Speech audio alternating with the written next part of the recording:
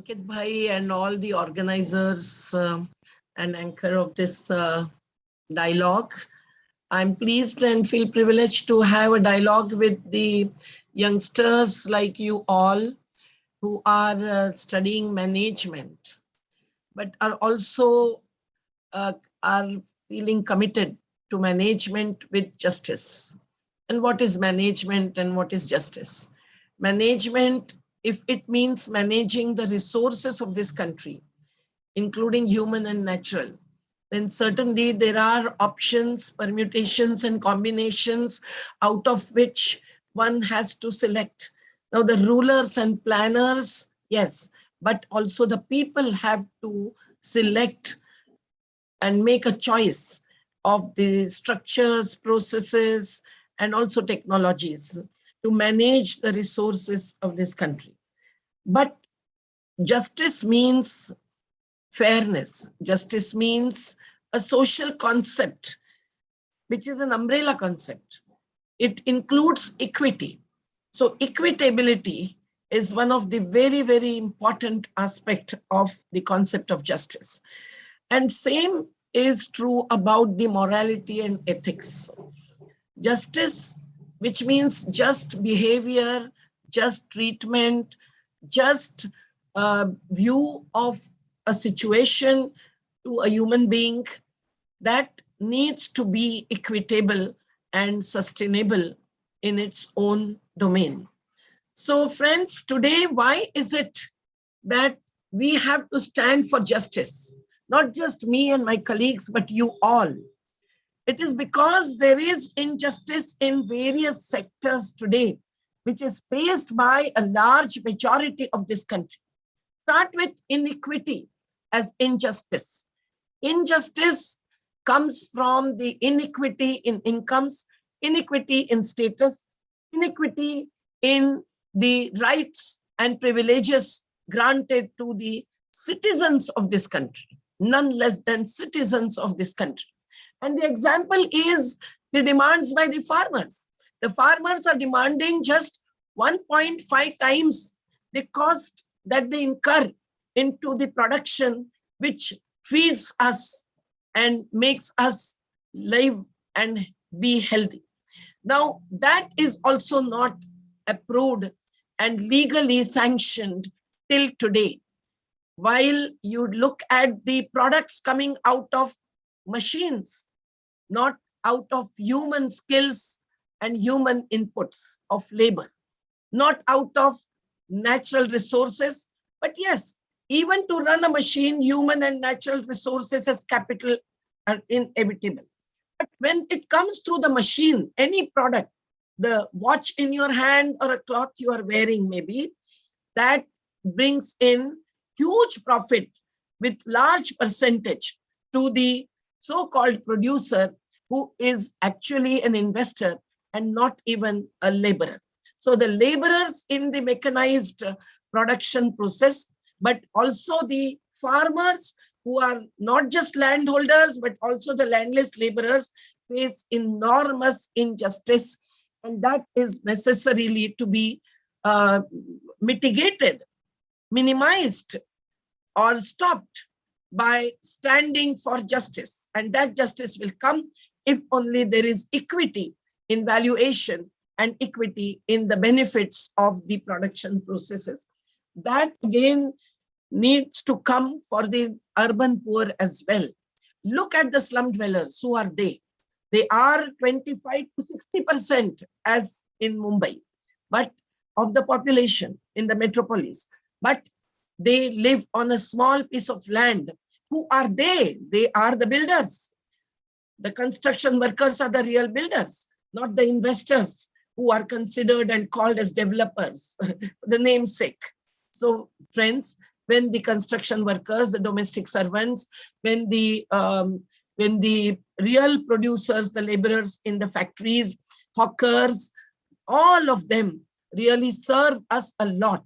The morning newspaper to morning milkman, who brings to you everything that you need for comfort, for your education, for your information, for your living life with amenities. They are not given even the right to housing, and their houses are demolished because they cannot purchase, and they are considered as illegal encroachers, and so on. But same happens with even the Adivasis who live there since generations, and still if they are not granted the right to that land, that forest, that river which they live with, as in the case of Narmada or in the case of Hooghly river, certainly that is injustice. And then if you don't stand by them, they continue to face it, and they continue to transfer it to even the next generations.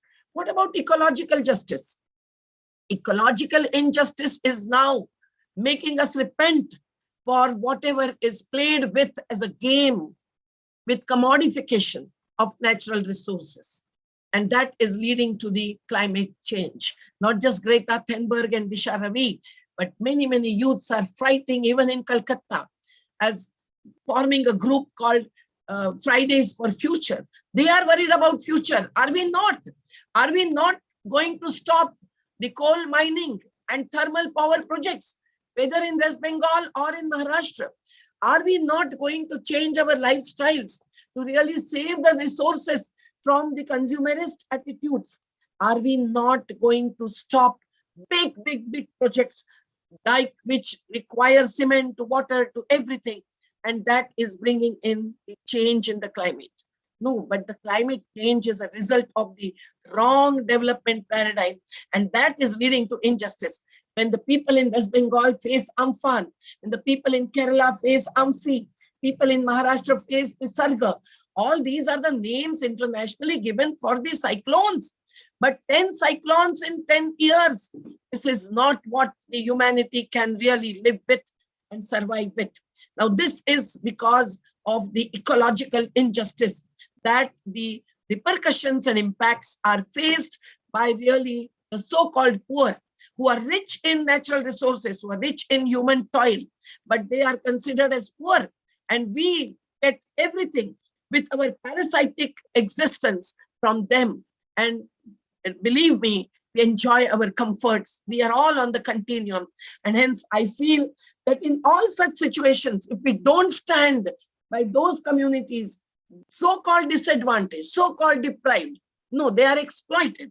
If we stand by the workers, then only we can really pay our debt to the migrant workers who come from Bengal, Uttar Pradesh, Uttarakhand, Orissa, Assam to Maharashtra, and they go back, but they walked during lockdown for 1,700 to 2,000 kilometers.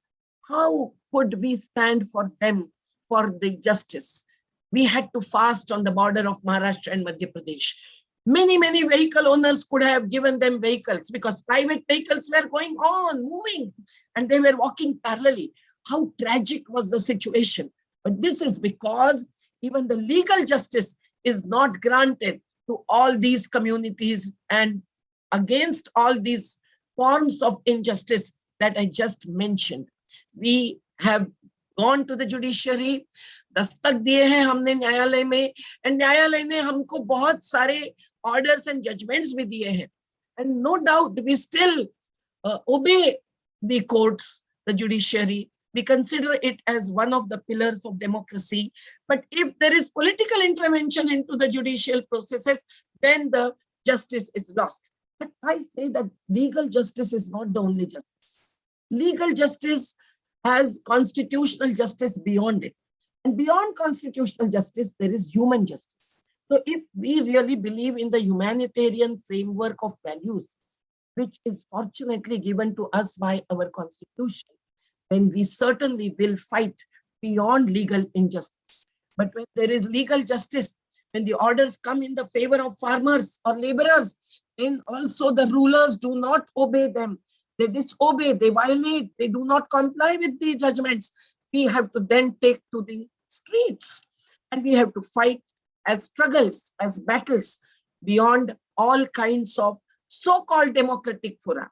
I would say that the political justice is also must.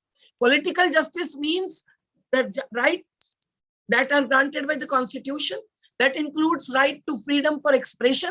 If you say something on the Facebook, not very unconstitutional or inhuman, but your own opinion.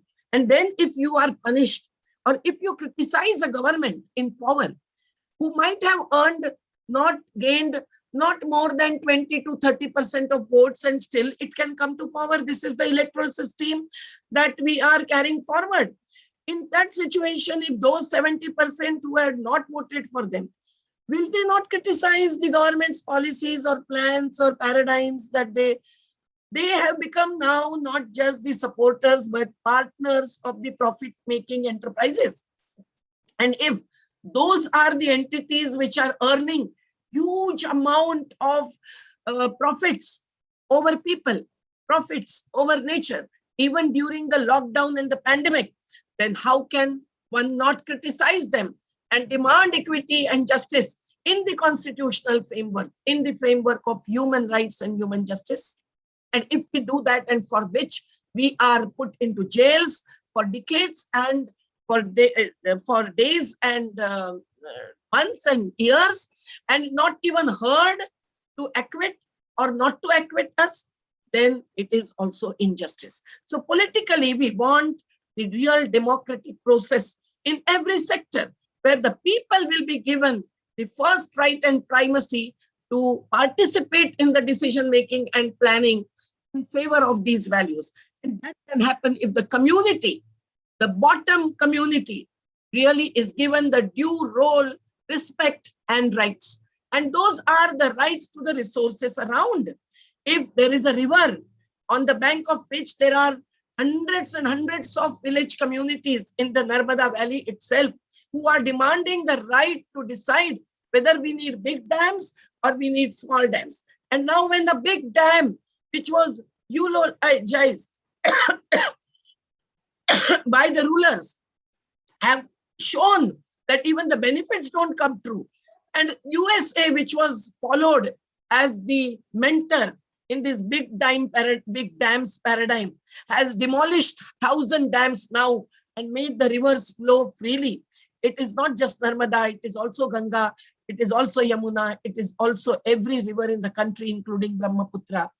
But if that is not happening, and the decentralized management of resources with full right to participate to the people are not granted, then we have to stand for justice, because displacement, deprivation, destitution, and natural resource destruction comes to it.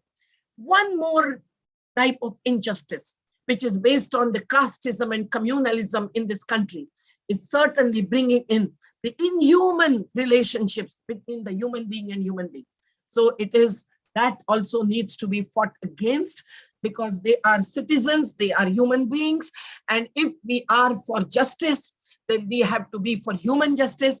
And that can come only with our humanitarian approach to fight. And in the fight, you have to organize people. You have to get people with you and not fight alone. But you can also resort to your own individual ways, means, skills, and attitudes, and your capacities to fight some situations of injustice.